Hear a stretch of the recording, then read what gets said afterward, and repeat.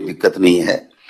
रहा सवाल कि अब की बार बच्चों में भी आ रहा हो, स्कूलों का मामला है, तो हमने आपने निर्णय लेकर के जो 9 तक के कुछ स्कूलों को, शहरी स्कूलों को किया है, तो अब 6ठी और 7वीं को हमने प्रमोट कर दिया। 8वीं और 10वीं और 12वीं के बोर्ड के एग्जाम हैं, तो ये बोर्ड के एग्जाम भी आज की तारीख में कराना कोई समझदारी नहीं है सर। तो हम ये मानते हैं, जबकि मैं इस पक्ष का हमेशा रहा हूं कि बोर्ड के एग्जाम हों, आज भी इस पक्ष का हूं, लेकिन वर्तमान परिस्थितियों में हमें इसको स्थगित करना चाहिए, इसमें कोई दो राय नहीं है। और वैसे भी 10वीं और 12वीं के जो एग्जाम्स हैं, 8वीं के हैं, उनकी तैयारी करीब करीब पूरी होगी, 6 मई से हैं। तो वैसे भी अगर हम इसको बिल्कुल से ही घर पे पढ़ने के लिए अगर कोर्स पूरा हो गया तो दे दे, तो कोई दिक्कत वाली बात नहीं है जब भी एग्जाम होंगी, क्योंकि एग्जाम बोर्ड के होने से पहले 8-10 दिन तो वैसे ही प्रिपरेशन के लिए हम लोग समय देते हैं। तो अगर कोर्स पूरा हो गया, हम पता लगा लेते हैं, तो फिर 10वीं 12वीं और 8वीं को भी हम लोग फ्री कर सकते हैं, जो घर पे तैयारी करेंगे। और जब परिस्थितियां अनुकूल होंगी और अगर निर्णय लिया जाएगा कि एग्जाम करेंगे, तो फिर एग्जाम हो जाएंगे। तो एक तरीके से बच्चों वाला जो काम है वो रोक सकता है। दूसरा एक कोचिंग्स का मामला है, इसमें थोड़ी सी पेचीदगी इसलिए आ रही है कि कोचिंग करने के लिए लोग अलग अलग जगह से आते हैं, अलग अलग जगह से आके फिर रूम्स किराए पे ले लेते हैं, रूम किराए पे लेते हैं, किराए वाला किराया ले लेता है, कोचिंग वाला अपना पैसा ले लेता है।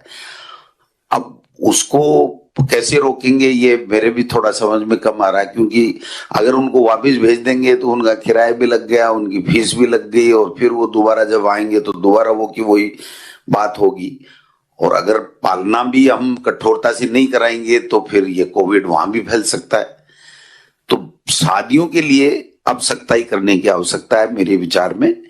और स्कूल्स के लिए तो मैंने मोटा मोटी निवेदन कर दिया कि आपके ऊपर निर्णय है कि अब हम इस दिशा में, बंद करने की दिशा में और एग्जाम स्थगित करने की दिशा में हम लोग जा सकते हैं।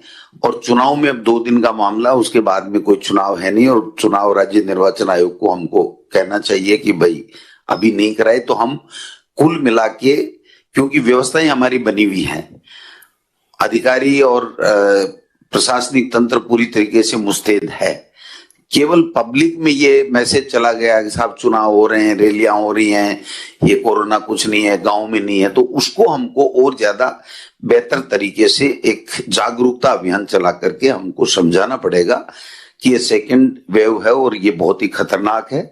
तो मैं समझता हूं इसको हम काबू पाएंगे। और आपकी माननीय मुख्यमंत्री जी जो गंभीरता है, मैं समझता हूं यही हमारे स्टेट को बचाए हुए है। हम तो फिर भी इसको अदरवाइज ले लेते हैं कि कोई फर्क नहीं पड़ेगा, लेकिन आप जिस तरीके से पूरी स्टेट के लिए चिंतित रहते हैं और जो व्यवस्थाएं प्रतिदिन आप इसका सारे का सब चीजों की समीक्षा करके करते हैं, तो इससे एक बहुत अच्छा मैसेज भी जा रहा है और इससे हमको हमारी लोकप्रियता में भी इजाफा हो रहा है कि वास्तव में लोगों की जान बचाने के लिए पूरी तरीके से प्रतिदिन हमारे मुख्यमंत्री जी पूरे अमले के साथ में चिंतन मनन करते हैं और उसके अनुसार कार्रवाई भी करते हैं। तो निश्चित रूप से हमारा धर्म भी बनता है और उस धर्म को आप बखूबी निभा भी रहे हैं।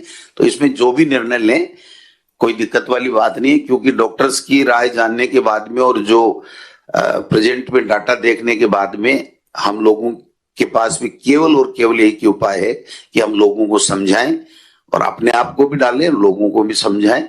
तो मैं समझता हूं कि हम इस वेव से भी निकलने में कामयाब होंगे। धन्यवाद।